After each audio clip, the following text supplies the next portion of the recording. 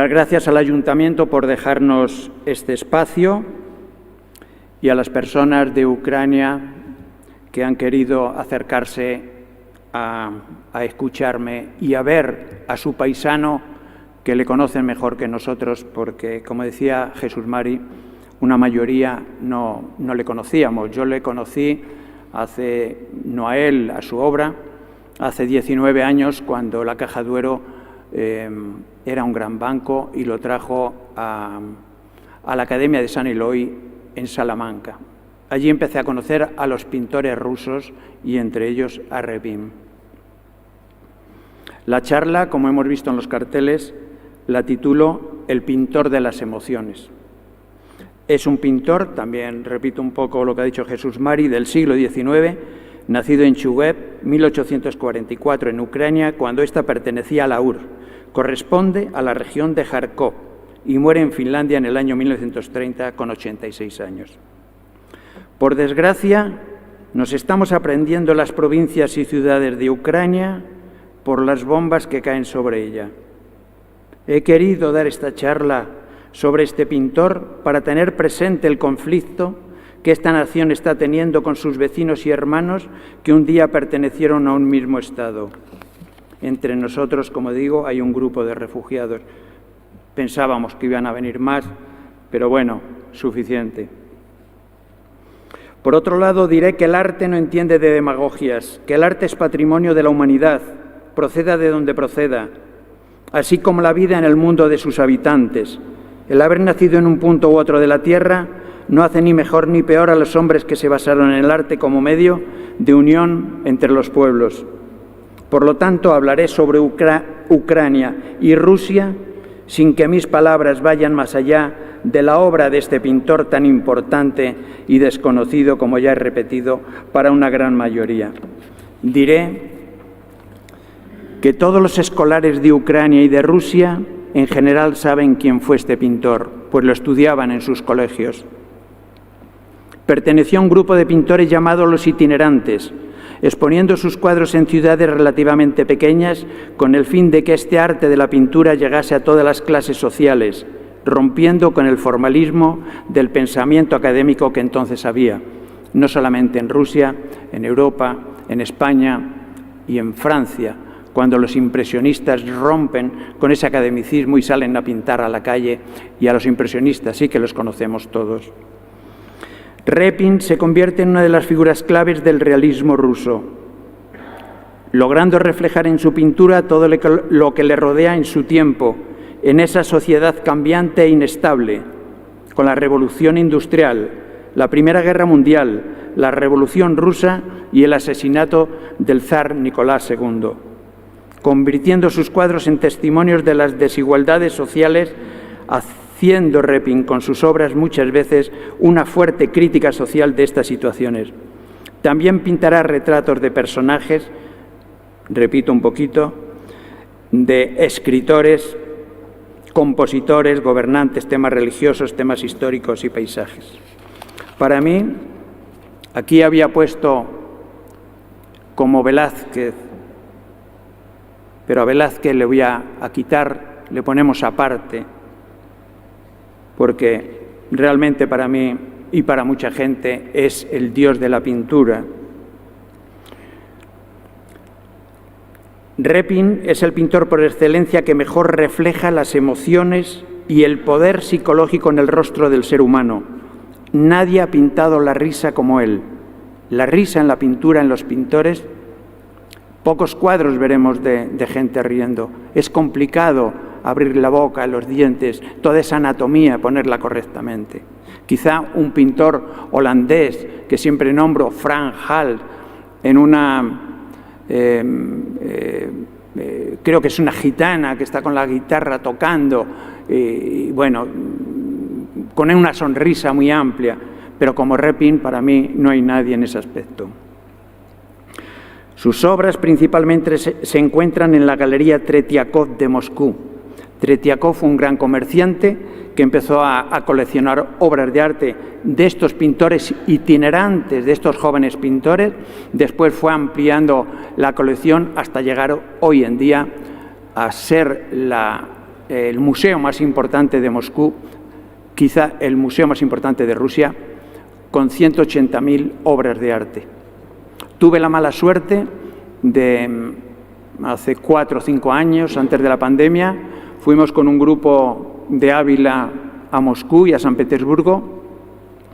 Yo pensando en ver cuadros de Repin, incluso hice algún comentario en el autobús para las personas que lo íbamos a ver y nos quedamos con las ganas, puesto que en aquella ocasión habían recogido toda la obra de Repin, se habían dedicado a limpiarla, preparándola para 3 grandes exposiciones que se hicieron, una en la Galería Tretiakov en Moscú, otra en Finlandia y otra en París, que acabó en el 2022, en enero o febrero del 2022. Me quedé con la gana. Sus cuadros sí que los había, algunos de sus cuadros los vi en Salamanca, y como ha dicho Jesús Mari, también tuve la suerte de ver alguno en Málaga, en el Museo Ruso. El primer cuadro con el que Repin se da a conocer, siendo estudiante, siendo estudiante en San Petersburgo, es de tema religioso, muy académico, titulado La hija de Jairo.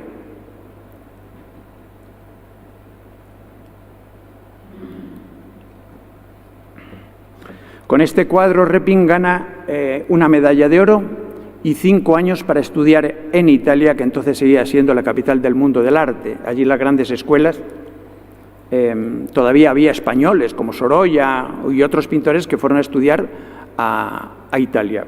Repin, con esa beca de 5 años, empleó 3. Los otros 2 se salió ya de la escuela y los dedicó a recorrer Europa. Como ha dicho Jesús Mari, pasaría por el Museo del Prado, conocería a Velázquez, conocería a Goya y pasaría por París conociendo a la pintura de los impresionistas.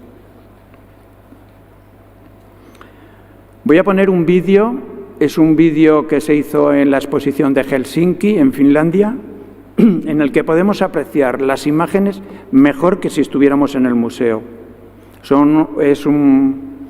Es un vídeo precioso y podemos observar los empastes lo llamamos los pintores, cuando ponemos más carga de pintura, sobre todo en las luces, veremos la dirección de la pincelada, veremos el color y sobre todo la luz de sus cuadros.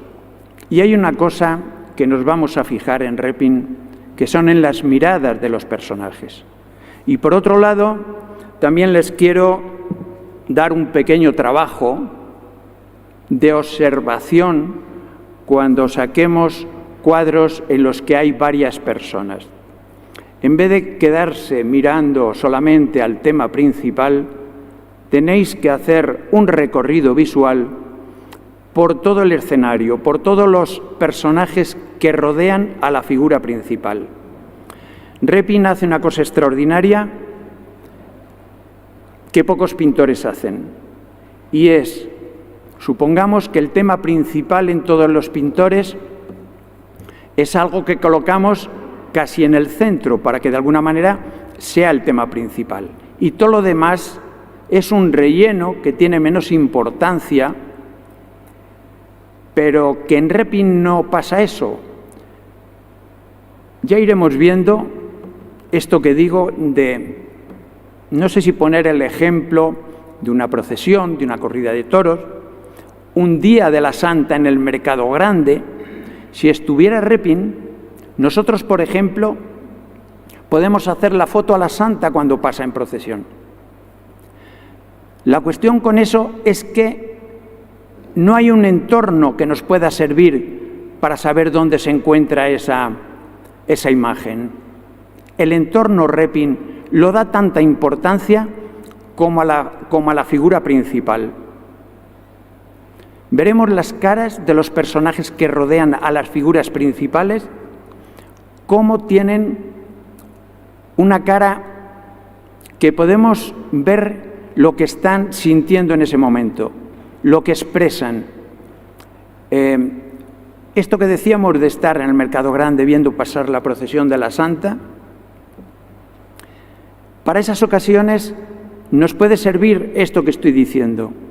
Si nosotros solamente nos fijamos en el acto importante que está pasando por allí, nos perdemos el entorno. Pero si en un momento dejamos de ver a la Santa, que no pasa nada, vemos lo que cada persona está a su alrededor haciendo, sintiendo.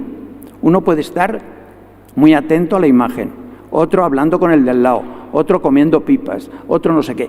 Todo eso Repin lo capta y lo vamos a ver ahora en estos grandes vídeos y luego en cuadros, ya sin que pase la imagen, explicándolo y viéndolo con más atención. Pero es alucinante y ese es el trabajo que les quiero pedir de observación en esas imágenes.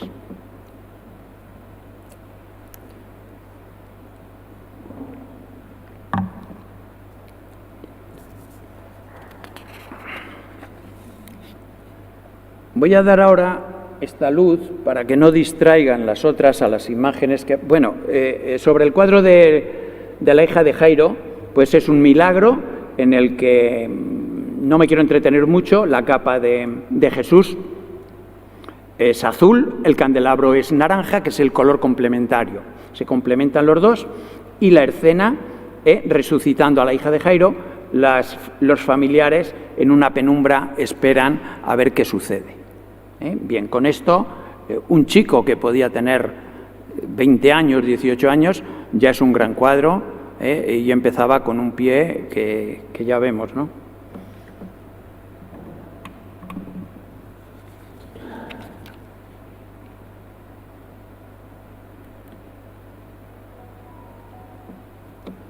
Bueno, aquí podemos apreciar el vídeo y les dejo que ustedes observen todo esto que he comentado. No hay una música...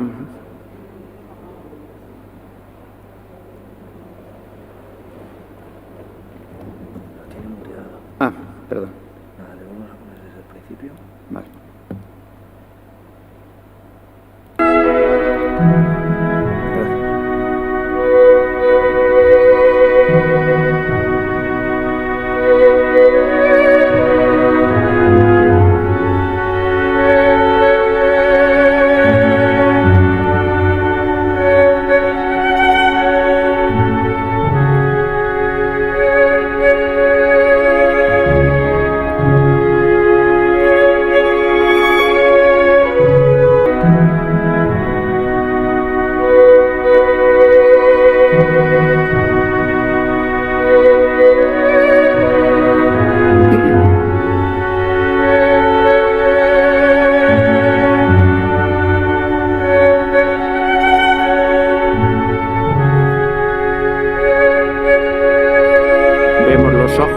Los empastes que decíamos antes.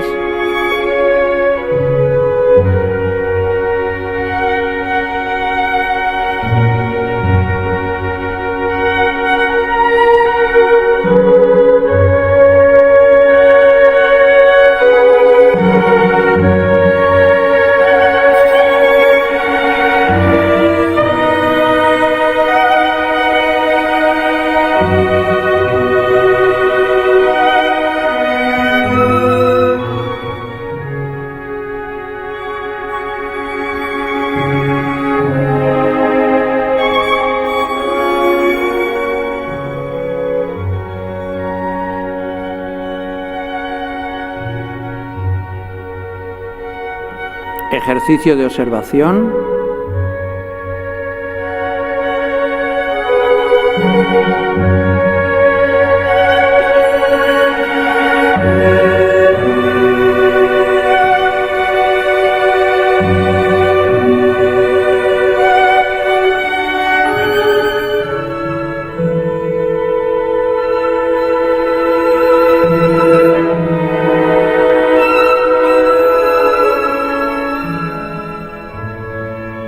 Los mismos empastes, un cuadro muy limpio, como vemos, con mucha luz.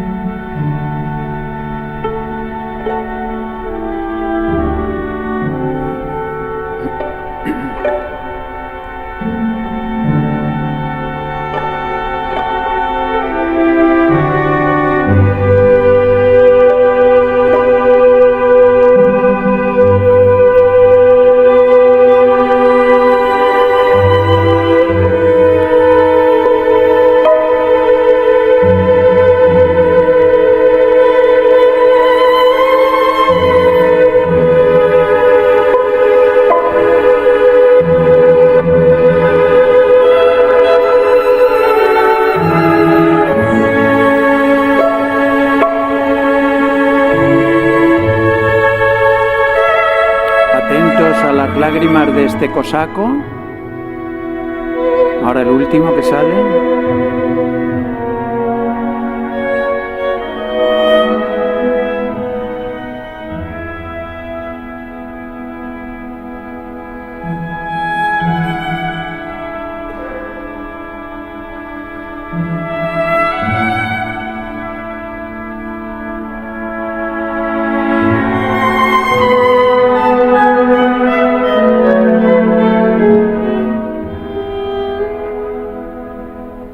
No sé si las luces de arriba, si las pudiéramos quitar. Sí que se pueden. Ah, vale.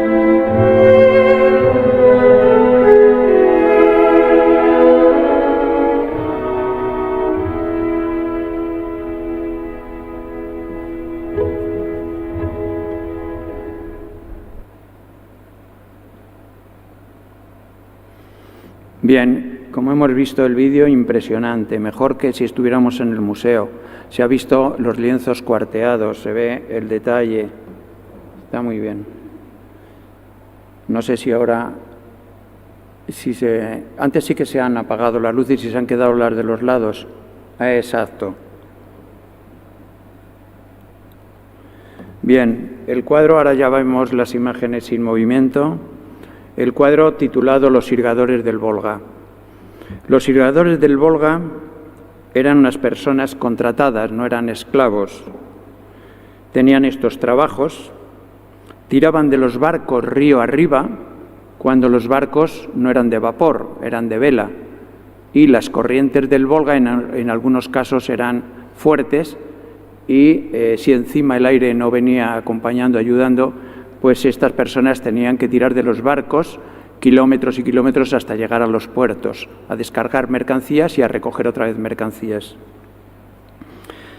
Este cuadro se convierte en el símbolo de la pobreza en Rusia. Tanto es así que incluso hay himnos de los cánticos de estas personas que al compás del esfuerzo iban tatareando, convirtiéndose en una canción muy conocida en el repertorio popular. Hoy en día la cantan tenores. Escritores y poetas lo recogerán también en sus novelas. Son conocidas como canciones de trabajo. Son una ayuda para tener sentimiento de unión, de letras repetidas, para crear un ritmo sincronizado del esfuerzo. Podemos ver en el aspecto militar con números 1, 2, 1, 2, y todos van al unísono. Pues aquí no son tan... el contenido de las letras era un poquito más largo, iban diciendo tirad, tirad, tirad una vez más, y así iban repitiendo, y sobre esa sintonía de canción todos al unísono trabajaban. Diré también que el compositor, no sé si se oye bien porque unas veces me lo bajo y otras veces... El compositor español Manuel de Falla hizo una adaptación en el año 1922 donando todo el dinero que sacó para ayudar a los refugiados entonces rusos de la Primera Guerra Mundial y también como consecuencia de su revolución. Tuvieron que salir para otros países, nada más y nada menos que 2 millones de rusos, como nos pasó con la Guerra Civil, españoles que en barcos fueron para Rusia. Conocemos todos la historia de los niños rusos. Las historias se repiten, por desgracia. Sobre este cuadro también voy a pasar un vídeo que dura 1 minuto para que entendamos mejor estas canciones y algunas fotografías del siglo XX, del siglo XIX, en donde nos meten muy bien en el cuadro.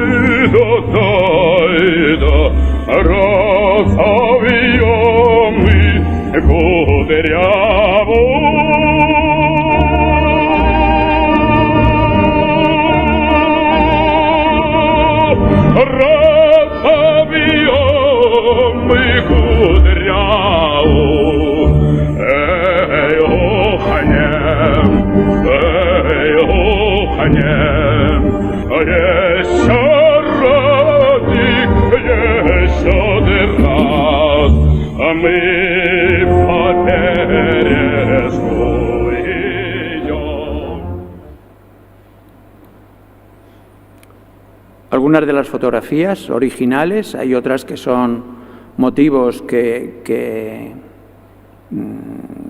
vuelven a retomar estos trabajos que ya desaparecieron en el siglo XIX, pero como algo popular en el que no es que sea una fiesta, pero es algo así parecido como nosotros podemos celebrar aquí, pues no sé, la trilla, otras cosas en los pueblos, que ahora es una fiesta y antes era un trabajo tortuoso, ¿no? Ahí metiéndose por el lodo. Voy a ver si la ampliamos y vemos los trabajadores cómo van sorteando aquí las olas del Volga, estos acantilados, estos pedragales, que muchas veces podemos pensar que por qué no pusieron animales para tirar de los barcos. Por supuesto que el terreno en algunos sitios en llano podían servirles, pero en otros sitios las personas se podían meter unas veces por el agua, como nos presenta Repin, otras veces en el lodo, otras veces por las piedras, e incluso tendrían que parar a dar de comer a los animales. Las personas, como hemos visto ahí en el reportaje, podían ir comiendo y con medio pan quizá les pagaran todo el día.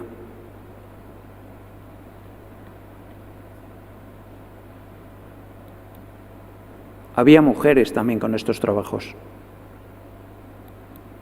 Una foto ya más antigua, o por lo menos con menos resolución, en la que se ve la líder, la que va guiando por dónde debe de ir el resto. Y el cuadro de Repin. Bueno, ahora un poquito pictóricamente, ya que conocemos toda la historia, yo veo que el cuadro Repin lo divide en dos partes. La línea del horizonte muy alejada, la parte del cielo y la parte de la tierra. En dos divide el cuadro.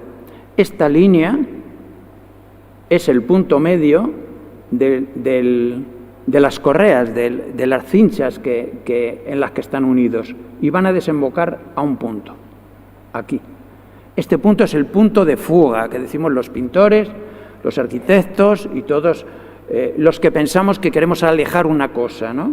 Un punto de fuga en el que la carretera se pierde en el horizonte y cerca de donde nosotros estamos es más amplia. Bien, Repin hace una línea que pasa por los pies y otra que pasa por la cabeza y va a parar a este punto. Vemos que son muchas... son pocas figuras y mucho peso, ¿no? Entonces ha querido exagerar porque incluso podía haber 80 personas tirando de barcos o de barcazas. Los dos primeros, el líder, el que con su mirada va al frente mirando por dónde llevar al resto, y el que estaba al lado era ciego. A este señor, a este personaje, Repin le hará bastantes dibujos porque su cabeza leonada le era atractiva, y vemos cómo este personaje, no sé si ampliando podemos llegar a que sus ojos no miran, sino que están más atentos con el oído para poder seguir al líder. El líder con la mirada al frente. Este otro personaje, vemos su mirada, la mirada acusatoria a los que observan este cuadro, a su gobierno, a su situación, nos hace un poco cómplices con esa mirada. Es una mirada que mata y Repin nos la pone como si nosotros estuviéramos aquí viéndolos pasar. Que en algunos poblados donde estuvieran al lado del río, seguro que esta gente con sus cánticos y sus esfuerzos pasarían cada hora, cada media hora, para arriba, para abajo. Los niños jugando verían estas situaciones, estarían acostumbrados. Vemos otros personajes que en todos los trabajos de grupo siempre, pues como que han doblado un poco el espinazo, ¿no? Como decimos así en el ámbito de decir, si tú es que no ocurra, ¿no? Todos tirando y bien, Repin no lo hace por esas circunstancias, porque hay algunos que son un poquito más vaguillos, pero sobre todo porque poniendo algo vertical nos puede acentuar más el esfuerzo de los que están tirando. Como pasa con el chico. Este niño que ha empezado en este oficio, en este trabajo, hace poco, vemos que le está haciendo daño la correa, puesto que su hombro no le tiene todavía curtido, y con una mirada lejana, a lo lejos, como buscando un futuro. Podemos pensar también que este chico, en este mirar al futuro, en este probar de este trabajo, mete la mano para que no le haga daño o para quitársela. Podemos tener las dos visiones. El resto de los personajes con su sufrimiento, vemos como el mayor se apoya en el joven, el otro se tapa la cara por el sol. El último, vemos que desorientado por el esfuerzo ya no sabe para dónde va. Y este está mirando atrás al punto de fuga que decíamos antes. Este punto de fuga, Repin nos lo presenta como un barco de vapor. Decíamos antes de la revolución industrial. Empieza la revolución industrial, los barcos ya no necesitan de estos trabajadores. Lo mira con miedo, quizá no quiere que lleguen esos barcos porque se les acaba el trabajo que tienen, aunque sea precario. Ya con esto Repin hace una crítica social muy grande, como vemos, pero no se conforma con eso.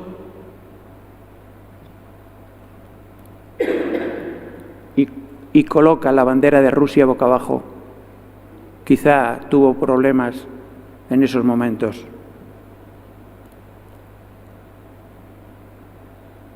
Un símbolo en el que todos los ucranianos y rusos conocen este cuadro. Otro signo de pobreza. Una niña que ya no mira al futuro, mira a la tierra. Hablábamos Vera y yo de la niña del pescador. Quizá la traducción a lo mejor fuera más la niña del cazador, porque tiene una red en las manos. El mar no se encuentra, está tierra adentro.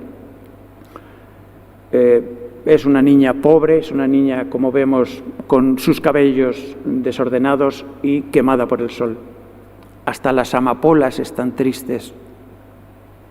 Y esta niña me recuerda, la he querido poner porque me recuerda a una charla que di sobre Murillo, a los niños de Murillo. Los niños del siglo XVI, de la Sevilla del siglo XVI, que con las hambrunas que hubo, las enfermedades, la peste, los niños se quedaban huérfanos y se tenían que abastecer de alimentos entrando en los huertos a coger melones, a coger uvas. Y esos cuadros los hemos visto en los calendarios en nuestras casas. La niña me puede recordar un poco a los niños de Murillo. La mujer de Repin, en un retrato precioso, vemos la cara redondeada de su mujer, todavía una niña. La delicada mano que se apoya en la sien, una hacia arriba y otra hacia abajo. El ritmo que hay que meter en los cuadros para que tenga una sintonía, ¿no? Unas veces de color y otras veces de línea. Observando, podemos ver que tiene abultado el vientre. Podía estar embarazada de su primera hija.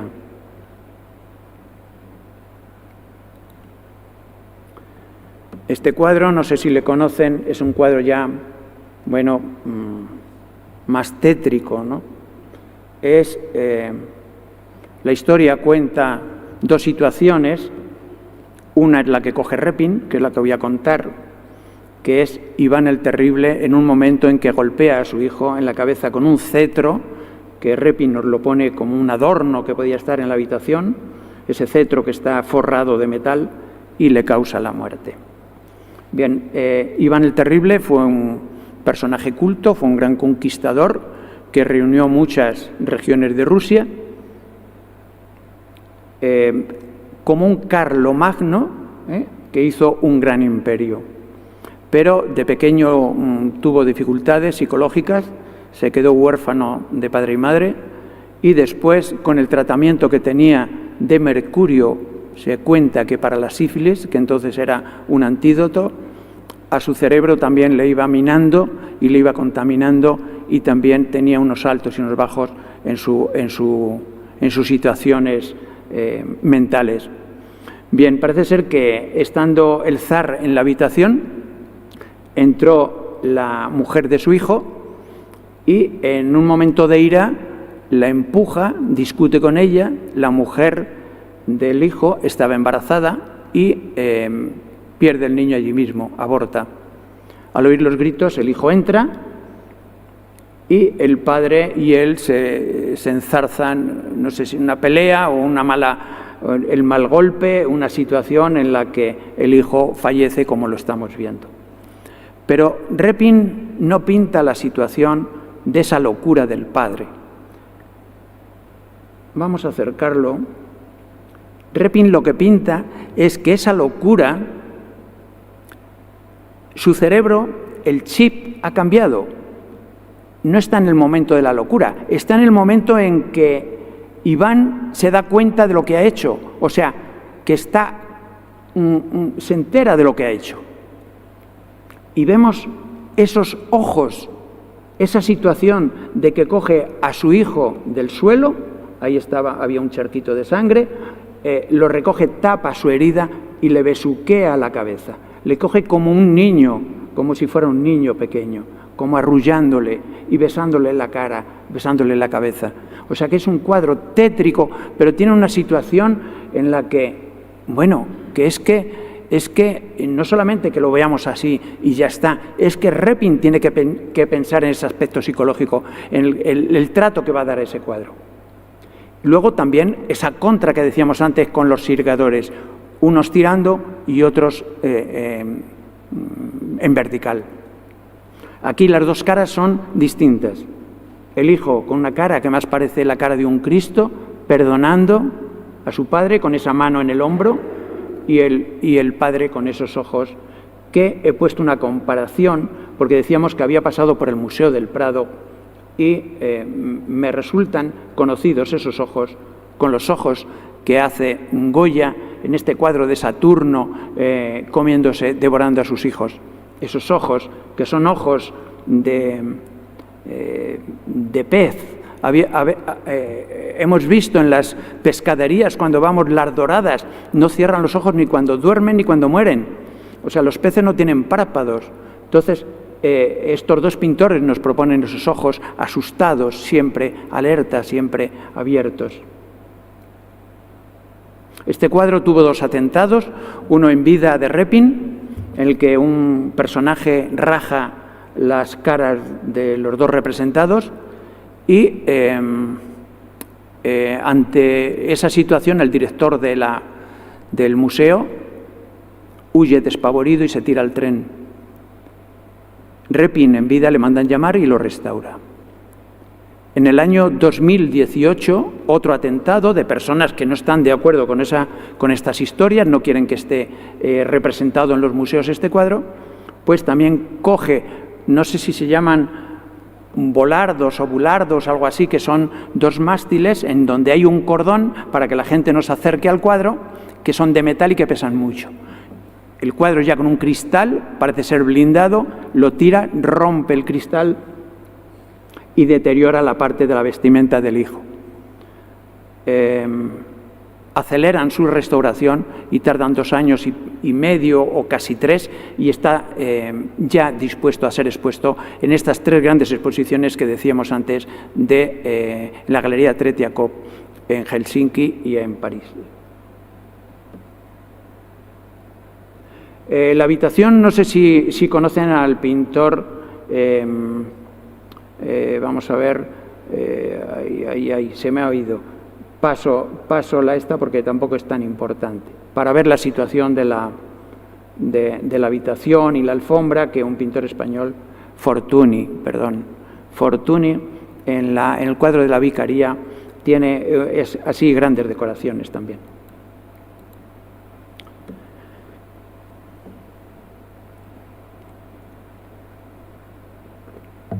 Bueno, parece que estábamos deseando de salir de esa habitación y he querido poner estos cuadros que están más relajantes, que son más relajantes. El verde es un color relajante psicológicamente, siempre nos da ese frescor que necesitamos. Y Repin aquí nos lo propone su familia debajo de los árboles un día de verano, en el que aquí está la muestra de que conoce a los pintores impresionistas. Y en este cuadro también, que nos puede recordar a la ladera de la montaña de Monet, que una señora baja entre las amapolas y una niña. Nos puede recordar con esa sombrilla un día muy luminoso, que no se ven las espigas, todo es luz. Y si la analizamos un poco geométricamente también, esta construcción que se necesitan tener en los cuadros, podemos ver una niña hacia un lado, hacia la izquierda, otra hacia la derecha, y las 2 mujeres repetidas verticalmente. O sea, hay ritmos sincronizados para romper de alguna manera también esta perspectiva que no todos los pintores hacen, que es una perspectiva que sale desde un ángulo y desde otro ángulo y que se pierde en el horizonte y que está en el medio. Siempre los pintores cogemos un lado, otro lado de un vértice y serpenteamos el camino o le llevamos recto pero sin ser tan vertical. Por otro lado, también Repin aquí nos hace que una niña vestida de blanco, una niña vestida de oscuro y la madre vestida de gris. Entonces, con el color también nos produce ahí una sintonía de matices o de tonos o de color. Bien, este cuadro Repin tarda 11 años en realizarlo. 11 años que seguro que era, entre medias haría otros cuadros, pero que le dio muchas complicaciones hasta llegar a él. Hizo 2 cuadros. Primero hizo uno, muy parecido, cambió personajes y puso ya como definitivo, este es el con el que quedó a gusto, por así decirlo. Lo que representa este cuadro es un momento en el que los cosacos que empiezan a crearse, creo que por Ucrania, y son gente que pueden ser huidos de la justicia, pueden ser liberados, porque entonces existía la esclavitud, esta gente huyen y se hacen nómadas al campo, a tierras de nadie, como es tan extensa Rusia, pues allí sobran tierras y se situaron al lado de unos ríos. No me digáis el nombre porque no lo he apuntado porque lo pronunciaría mal. Bien, la cuestión es que estos cosacos empiezan a crear pueblos y están situados un poco, digamos, ante el imperio que forma Iván el Terrible arriba y el imperio otomano abajo de los turcos. Ellos están como en el medio. Seguro que siempre tendrían líos con la parte de arriba de Rusia y con la parte de abajo de los otomanos. En este caso, habían ganado una batalla, un pueblo nómada, inculto, habían ganado una batalla al gran sultán de Turquía, Mohamed IV. La cuestión es que no es que estén celebrando la batalla, están contestando a una carta que el sultán les manda diciéndose que se rindan. Pero os voy a leer un poquitín de la carta del sultán y luego un poquitín de la carta, la contestación que hacen los cosacos a ese sultán. Ese es el momento que escoge Repin, el momento que ellos están escribiendo la contestación al sultán. La carta ultimátum del sultán dice: yo, como sultán hijo del profeta Mahoma, hermano del sol y la luna, nieto del virrey de Dios, emperador de emperadores, guardián de la tumba de Jesucristo, regente del reino de Macedonia, Jerusalén y Egipto, os ordeno que os rindáis sin resistencia alguna. Esa es la carta del sultán. Es mucho más larga, pero parece ser que históricamente sí que la tienen guardada, aunque unos creen que es una leyenda, pero en fin, el tema es que Repin nos hace este gran cuadro. La contestación de la carta por parte de los cosacos, en algún momento, bueno, he quitado cosas porque no son dignas de mencionar, pero bueno, he puesto otras para que nos hagamos la idea. Como decíamos, gente inculta que no sabe escribir, que para ellos es un honor el haberse crecido y haber ganado ya el gran sultán la batalla, y con eso ya sobraba. La cuestión es que cogen a un escribano, como le vemos ahí en el medio. Le indican, le dicen entre otras cosas: tú, morro de cerdo, demonio turco, culo de yegua, porquero del Alto y Bajo Egipto, no tememos al ejército y combatiremos por tierra y por mar. Bien, esa es la carta, un poquitín, lo más suave que he podido coger para que le dicen al sultán. Pero vemos lo que decíamos antes del plan este que teníamos entre manos de observar. Cada personaje tiene un aspecto psicológico diferente. Todos están en el mismo chiste, en el mismo...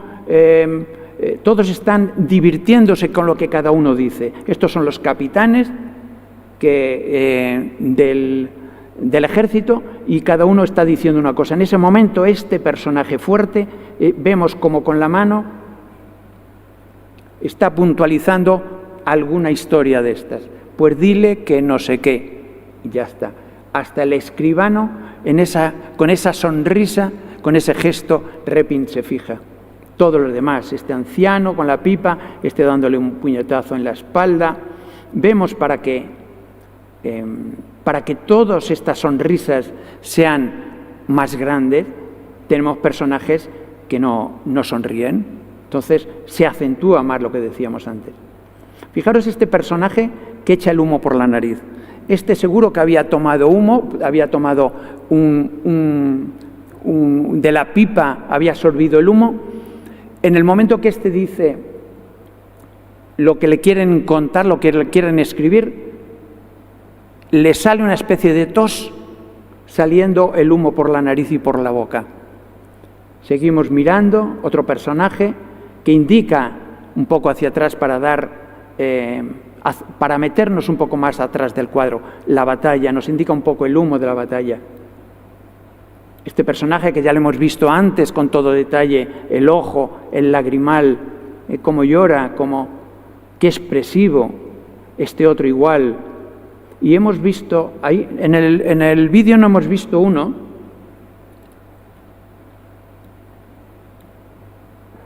que está cianótico perdido. Vemos las lágrimas que le caen por la nariz y el ojo. Por supuesto, Repin, aquí no hay un personaje que sea importante.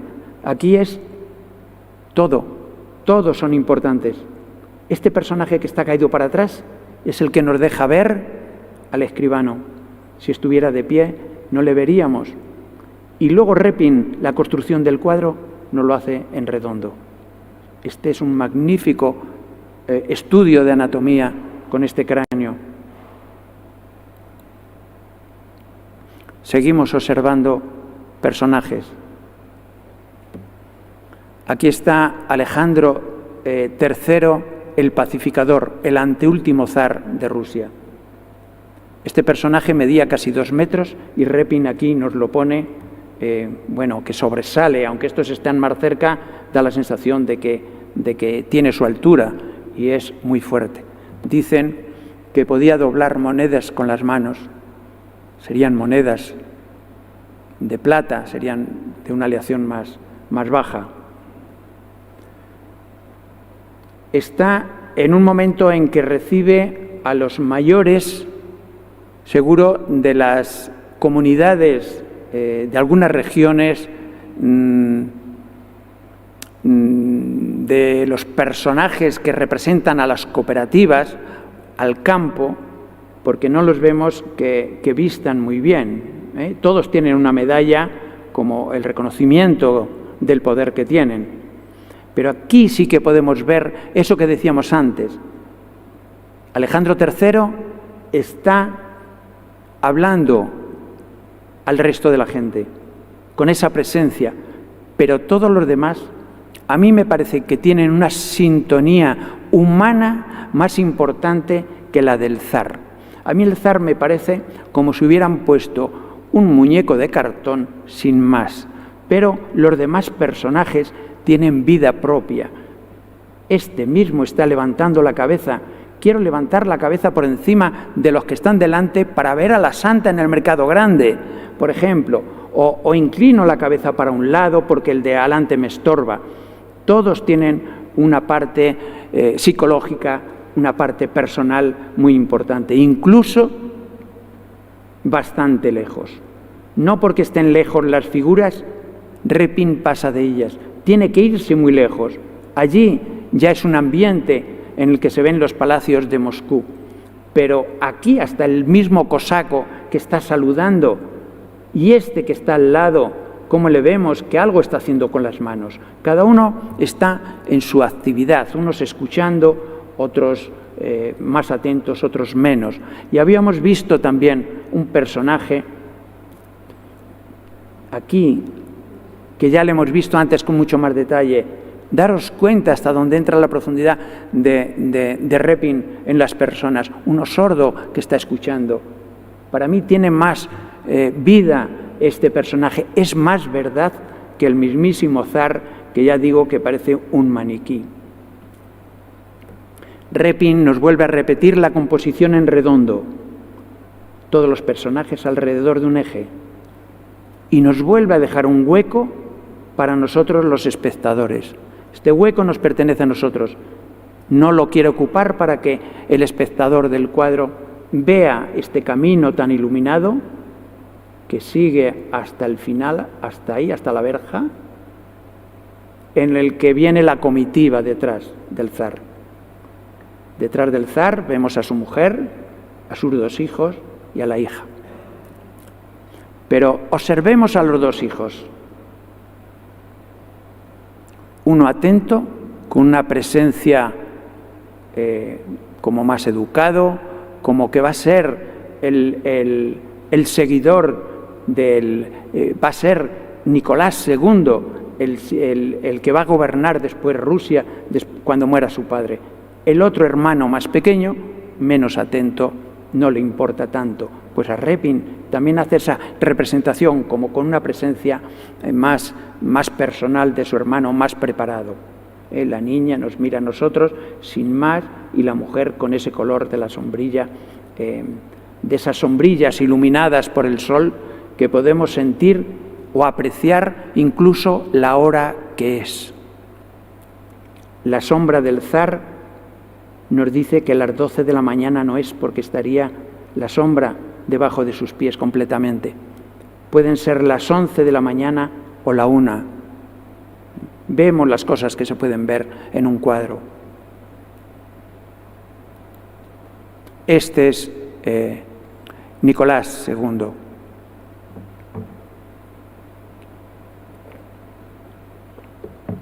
El último zar que, como sabemos, fue derrocado y asesinado junto con su familia.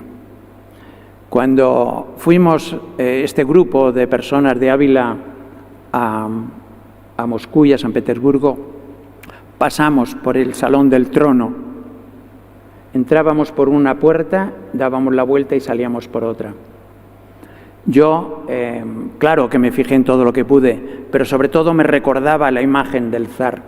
Y digo, ¿desde dónde se pudo poner Repin para tomar esta vista?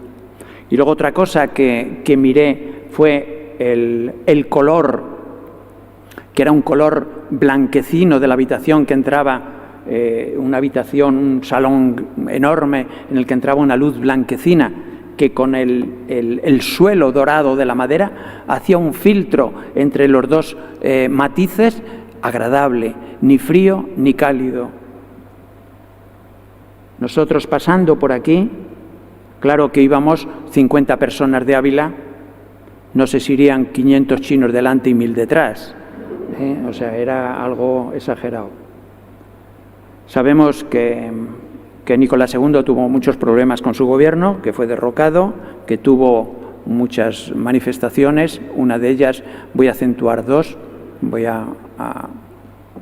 una en la que parece ser 300.000 personas por las calles iban pidiendo pan, pan, pan, no decían otra cosa, el pueblo tenía hambre, pedían pan.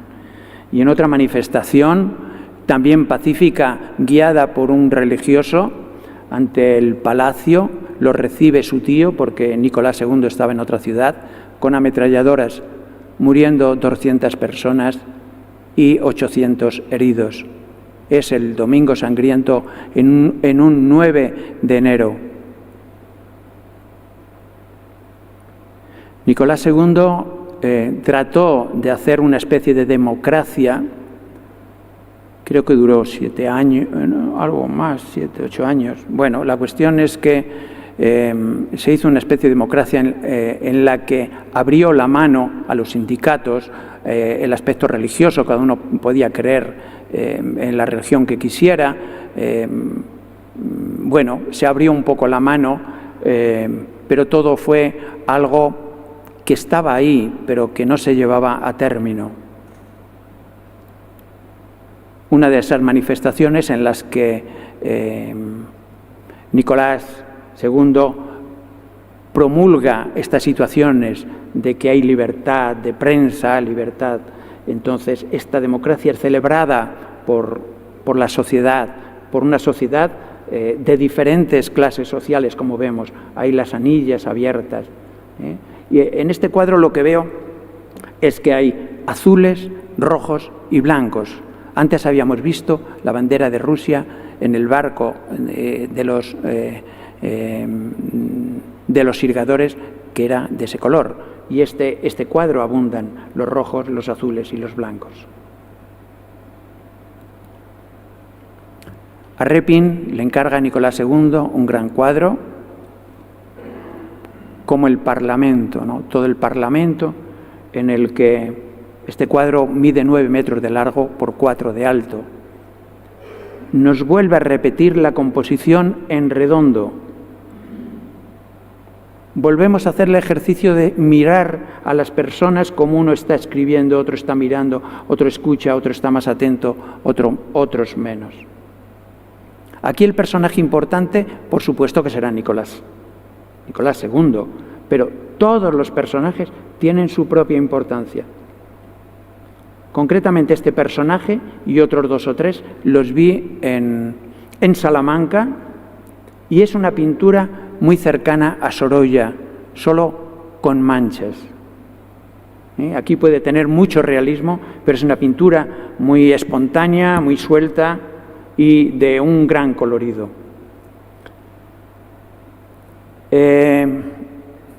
Repin, que siempre está buscando meterse en esos barros, en esos temas de crítica social, por supuesto que aquí lo pudo hacer con menos intención, pero yo creo que también lo hizo. También hizo algo de crítica en este cuadro, aunque a los gobernantes se les pasara por alto. O a lo mejor también pienso que es que yo ya estoy volviéndome un poco Repin. Yo ya veo que el aspecto social está por todos los sitios y todo lo vuelvo crítica. Pero vemos como Repin todas las mesas las tiene llenas de folios, de peticiones que hacían los diputados, los gobernantes al zar. Como decíamos, era una democracia ficticia en la que el zar seguía regentando y todo pasaba por sus manos. Esto no, esto tampoco. Y Repin, quizá con tanta papel encima de la mesa, observación mía o bueno, Podemos creer lo que queramos, ¿no? Cada uno. Pero a mí me da esa sensación. León Tolstoy, el gran escritor ruso. Hemos visto, no, a lo mejor no hemos leído los libros, yo no, las películas de Ana Karenina y Guerra y Paz. Incluso con vergüenza puedo decir que me quedé dormido porque eran tan largas que no, tampoco, bueno, los amoríos de unos se casaban con los ricos, con los otros, bueno, todas estas situaciones no, quizá no me aburrían, no las comprendía. Pero sí que comprendo algunos cuentos, algunos pocos cuentos que he leído de Tolstoy relacionado para la vida, como nos hacía Cervantes, con ejemplos del campo, unos ejemplos que podemos entender los que no somos tan, bueno, pues tan metidos en líos para entender ciertas películas o ciertas cosas. A mí o me lo dan muy abajo o no lo entiendo, ¿no?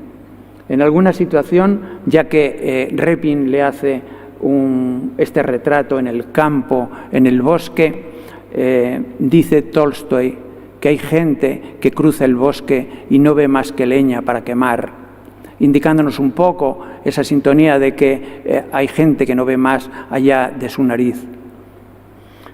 Repin nos hace este cuadro. Tolstoy se va él era conde, era de la aristocracia, y él vende sus pertenencias y se compra tierras en el campo y se va a vivir al campo. Y aquí nos lo propone Repin descalzo como si fuera un hippie. Esta camisola rusa tiene un blanco impresionante. Los blancos de Repin son muy luminosos. Aquí le tenemos en el campo arando sus propias tierras. Incluso daría clase a los hijos de los labradores. Incluso trabajó de zapatero. El cuadro, la parte de abajo no tiene este color, pero la foto que mejor he encontrado era esta. El gran Mussorgsky, un compositor, un amigo de Repin. Este personaje posa 3 veces para Repin. Al 7º día muere. Estaba en un sanatorio tratándose del alcoholismo. Podemos ver esa nariz roja, esa dejadez del pelo que es con esa pincelada, como decíamos antes, muy de Sorolla, el color verde con este color rojo, cómo enlazan, cómo queda tan con esa fuerza, el color naranja de la cara con los ojos grises, azulados, cómo contrastan sus ojos hinchados, quizá por la enfermedad. He visto fotografías de Mussorgsky y sí que era un personaje gordito y con unos ojos hinchados. Ya no sé si por naturaleza o por qué. También la boca, ese piquito que se pone cuando uno bebe, que las palabras no te salen. Es un gran cuadro. Ya estoy terminando porque les estoy cansando más de la cuenta. Este cuadro también es otra crítica social que hace Repin con esta procesión, en la que el tema principal de la procesión está saliendo del cuadro. El icono es la festividad de Pascua, parece ser la festividad de la cruz, en una región de Kur, en Ucrania. Vemos como el aire mueve las cintas de fiesta, pero que la fiesta está solamente en las cintas.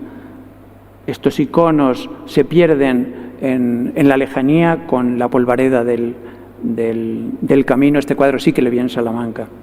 Y vemos la multitud.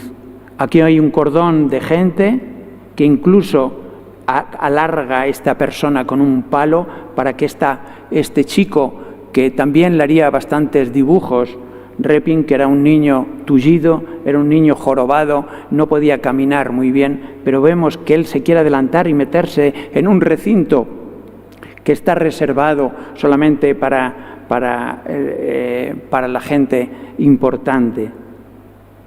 Los terratenientes a caballo, los militares o los policías, vemos como uno recto y otro se increpa con algún personaje.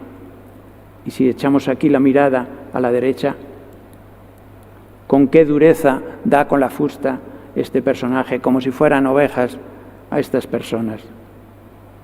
Ya que estamos aquí, vemos también un poco, el religioso tampoco es un personaje importante, aunque está aquí aislado. Repin lo propone como un poco cursi, arreglándose el cabello, los gobernantes bien cuidados.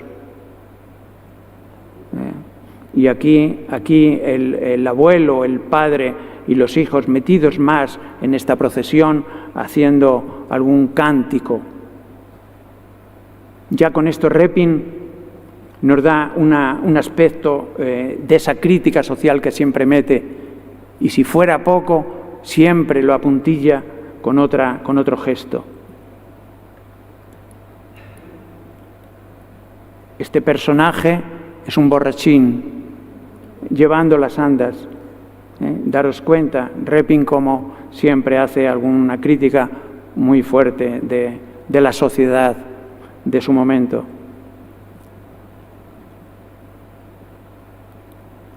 Y acabo con un cuadro que a simple vista parece que no nos dice nada, pero es un cuadro de un humanismo total.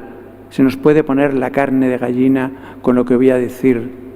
Este personaje entra en una casa, como vemos, señorial, con doncellas que abren la puerta, con una señora que toca el piano, la casa decorada, el sofá, el suelo de madera. Era una casa de gente de bien. Se titula No lo esperaban. Este personaje había sido un exiliado que se había tenido que marchar, quizá con la Primera Guerra Mundial, de su país. Cuando vuelve no lo reconocían sus familiares. Solamente la madre, que vuelve la cabeza, se levanta en ese gesto de retirar el sillón, de irle a abrazar. Veamos las miradas. La sirvienta nos mira a nosotros, o mira a este personaje que a duras penas le dejan entrar. Este personaje mira a su madre.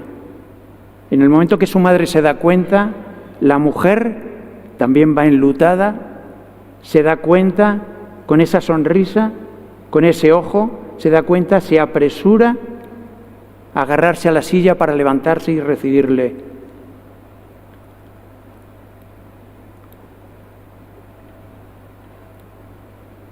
La niña, que quizá cuando se fue su padre, era pequeña, no le reconoce, le da vergüenza. En esa vergüenza vemos la situación que nos propone Repin. No sé si habéis sentido algún momento de pequeños vergüenza, o lo hemos visto en niños que cuando sienten vergüenza o miedo, los dedos pulgares los meten dentro de las manos, en vez de estar fuera. Parece que los guardan. Y los de los pies se nos retuercen hacia adentro. Daros cuenta, Repin, también en las piernas, en los pies, cómo los pegan. Es una situación de miedo, de vergüenza. ¿Qué pasa con el hijo? El hijo sí que le reconoce y levanta la cabeza, pero sí es papá. Daros cuenta cómo nos lo pone Repin, cómo nos lo propone. Y con esta situación, con este cuadro, termino solamente con ese deseo y esperanza de que el conflicto que tiene Ucrania con Rusia termine pronto y que las personas refugiadas puedan ir a su país pronto a abrazar a sus familiares y no tengan que esperar tanto como la obra que nos presenta Repin. Muchas gracias por la atención y perdonen la tardanza de la charla.